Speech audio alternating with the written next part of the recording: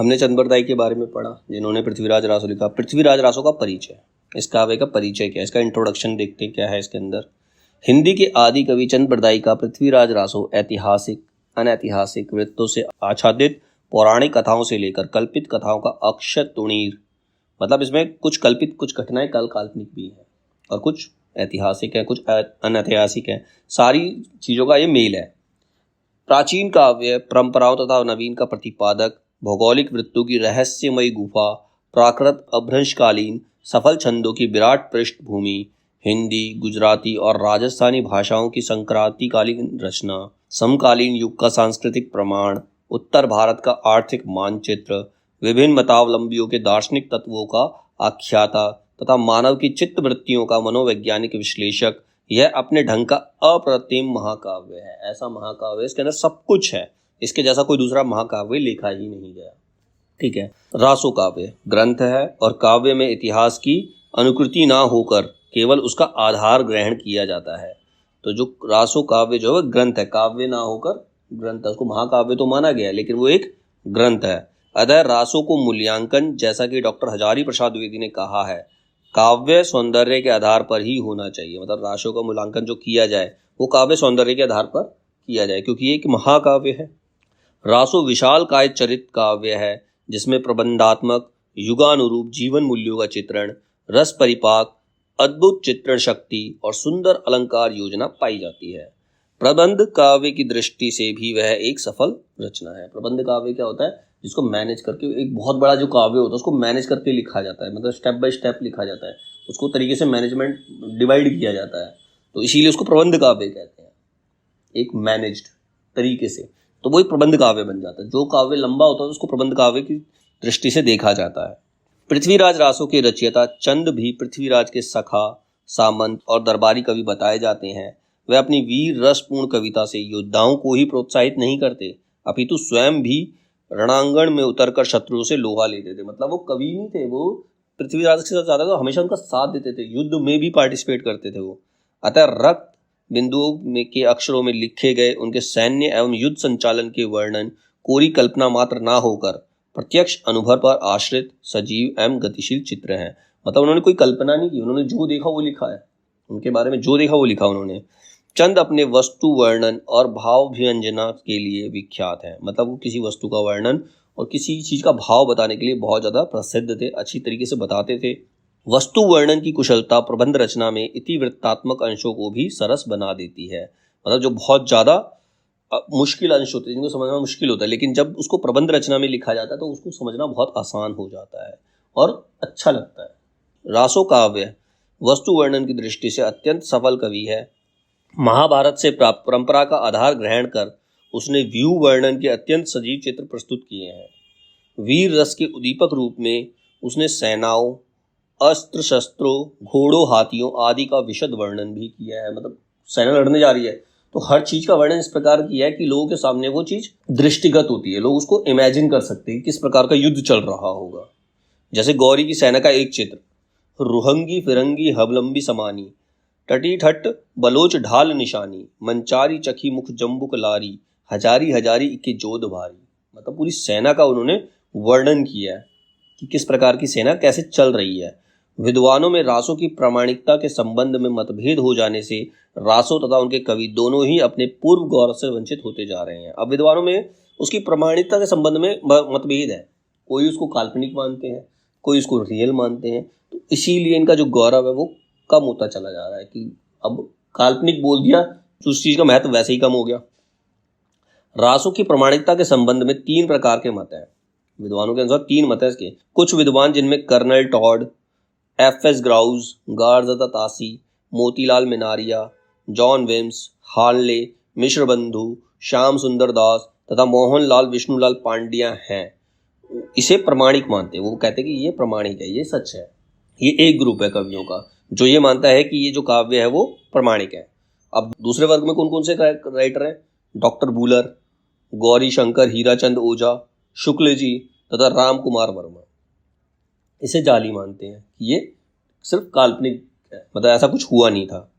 तीसरा वर्ग है उन विद्वानों का जो इसे अर्ध प्रमाणिक मानते हैं कि इसमें आधी घटनाएं सत्य और आधी काल्पनिक है। अब उसमें कौन कौन से हैं?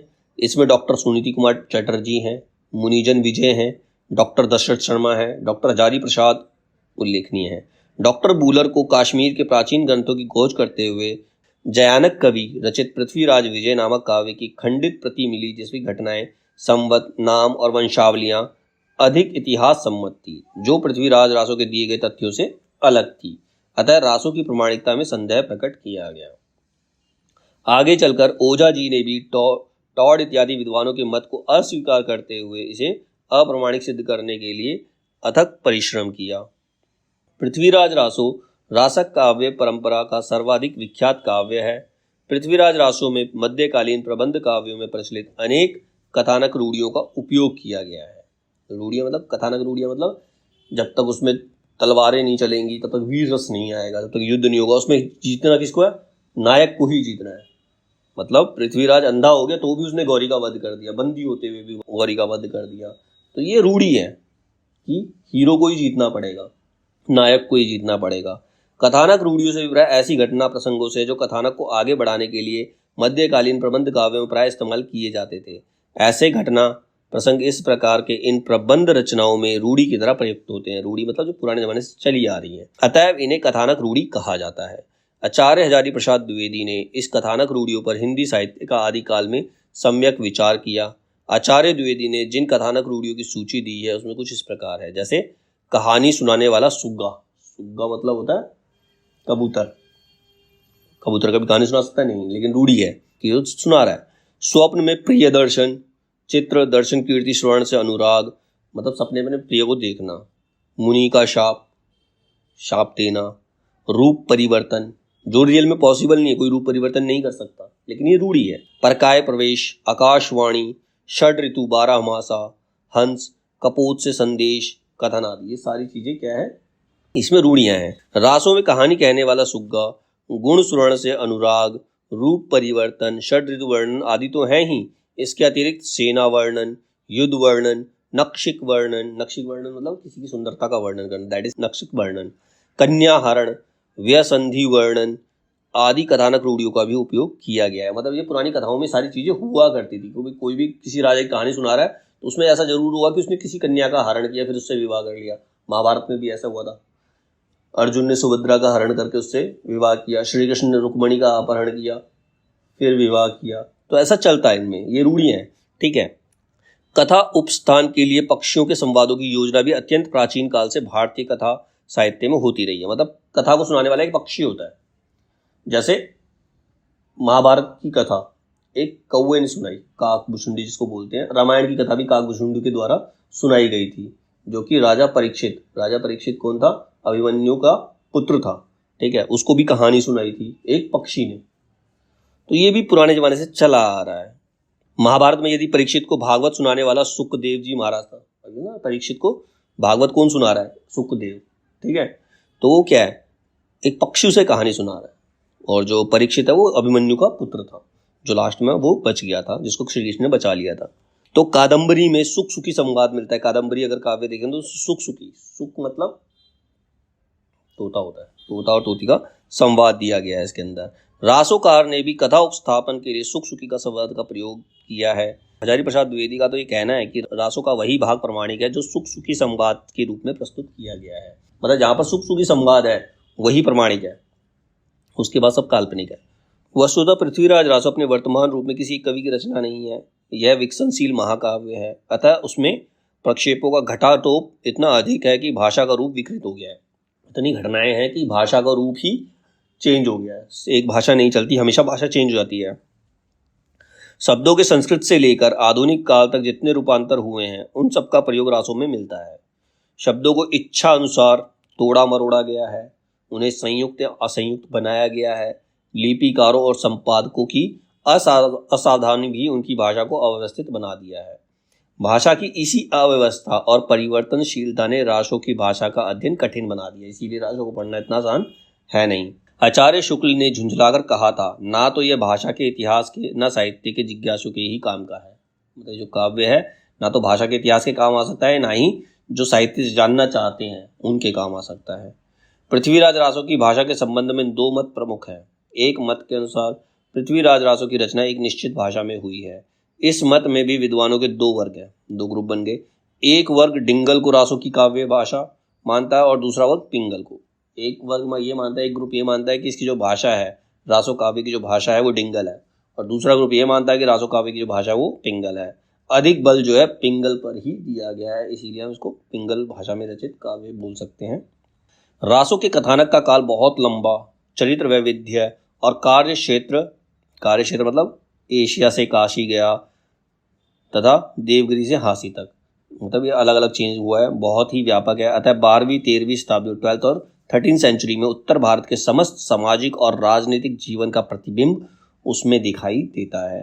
रासो के अनेक युद्धों, विवाहों, यात्राओं, मृग्या, मंत्रणा, दूत, कर्म आदि के चित्र तत्कालीन संपूर्ण समाज को प्रस्तुत कर देते हैं। मतलब इतनी घटनाओं का वर्णन किया है, हमें पता चल सकता है कि 12th और 13th सेंचुरी के अंदर किस प्रकार का समाज रहा होगा, किस प्रकार का जीवन वो व्यतीत करते थे।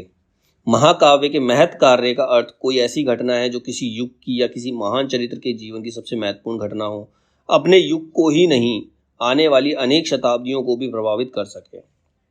पृथ्वीराज और मोहम्मद गोरी का अंतिम युद्ध तथा उत्तर भारत और मुसलमानों का अधिकार ऐसी ही एक महत्वपूर्ण घटना है। मतलब पृथ्वीराज के बाद कोई हिंदू राजा नहीं था, मोहम्मद गौरी का अंतिम युद्ध हुआ उनके साथ, और मुसलमानों का मुगलों का राज हो गया हमारे यहाँ पर। रासो में सामंती युग की विविध सामाजिक हलचलों में भाग लेने वाले सभी प्रकार के पात्र अपना अपना कार्य करते दिखाई पड़ते हैं। यही नहीं, तत्कालीन लोक विश्वासों के अनुरूप अति प्राकृत शक्तियाँ, देवता, राक्षस, गंधर्व, भूत, बेताल, शुक, हंस आदि की कथा को आगे बढ़ाने में योग दिखाई देते हैं। रासो में सामंती वीर युग की सभ्यता, रहन सहन, मान मर्यादा, खान पान, व्रत त्योहार आदि का इतना क्रमिक और सच्चा वर्णन हुआ है कि यह महाकाव्य उक्त वस्तु व्यापारों का काव्यात्मक कोश प्रतीत होता है। मतलब इसमें सब कुछ दे रखा है। कोश मतलब के अंदर डिक्शनरी, जिसके अंदर सारे मीनिंग्स दिए होते, तो इसके इस कोश के अंदर वहाँ का जो जीवन काल था उसके बारे में सब कुछ दिया हुआ है, और युग का सामाजिक इतिहास इसके अंदर मिलता है। विकासशील महाकाव्य में जीवन के बाह्य रूपों का चित्रण अधिक होता है, वे प्राय घटना प्रधान और वर्णनात्मक होते हैं।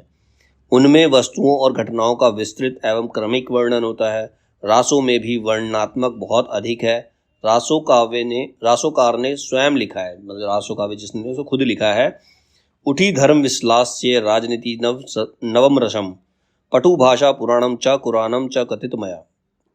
मतलब इतना विशाल राजनीतिक और नवरस इसके अंदर सब कुछ है। उसमें पुराण भी है, कुरान भी है, सब चीज़ें हैं, सब चीज़ इसके अंदर बताई गई हैं। तो ये इसका इंट्रोडक्शन था रासो काव्य का। ठीक है, अब इसके अंदर इंपॉर्टेंट जो हमें पढ़ना है वो रेवा तक पढ़ना है। इसका एक पार्ट पढ़ना है रासो काव्य का, रासो काव्य नहीं, पृथ्वीराज रासो का हमें एक इंपॉर्टेंट पार्ट पढ़ना है जो हमारे एग्जाम से रिलेटेड है, वो है रेवा तक।